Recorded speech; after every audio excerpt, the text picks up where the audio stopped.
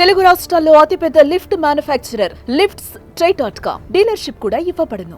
ఇంటింటికి వెళ్లి food delivery చేసే స్విగ్గీ డెలివరీ బాయ్ కష్టాలు తెలియనివి కావు. తిన్నా తినకపోయినా ఎండైనా వానైనా ఆర్డర్ వస్తే పరుగులు పెట్టాల్సిందే. ఎంత ట్రాఫిక్ ఉన్నా వెనక సంచేసుకుని బైక్ లో పోవాలి. వీటికి తోడు కస్టమర్స్ నుంచి చివాట్లు కూడా. తాజాగా విశాఖలో ఓ స్విగ్గీ డెలివరీ బాయ్ పై ఫ్లాట్ యజమాని బట్టలు ఇప్పేసి దాడి చేయడం కలకలం రేపింది.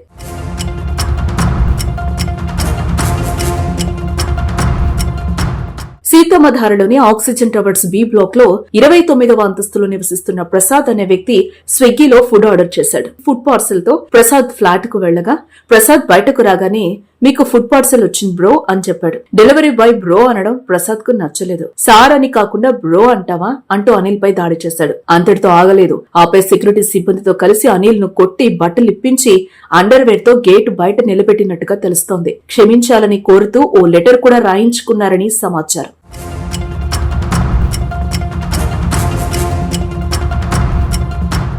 ఈ విషయం నగరంలోని అన్ని ప్రాంతాలకు పాకింది. అంతేకాదు అవమానం భరించలేక డెలివరీ బాయ్ ఆత్మహత్య యత్నానికి కూడా ప్రయత్నించాడని వార్తలు రావడంతో పెద్ద ఎత్తున డెలివరీ బాయ్స్ ఆక్సిజన్ టవర్స్ వద్దకు చేరుకుని ఆందోళనకు దిగారు.